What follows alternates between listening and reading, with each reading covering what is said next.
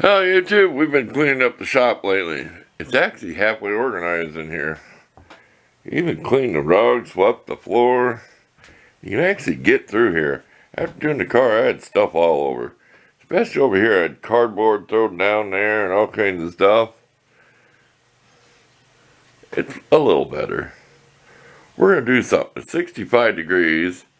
We have northeast wind that's making it really chilly.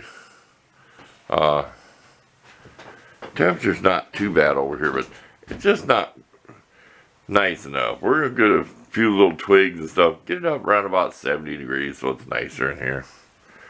So stay tuned, we'll find some project to do today.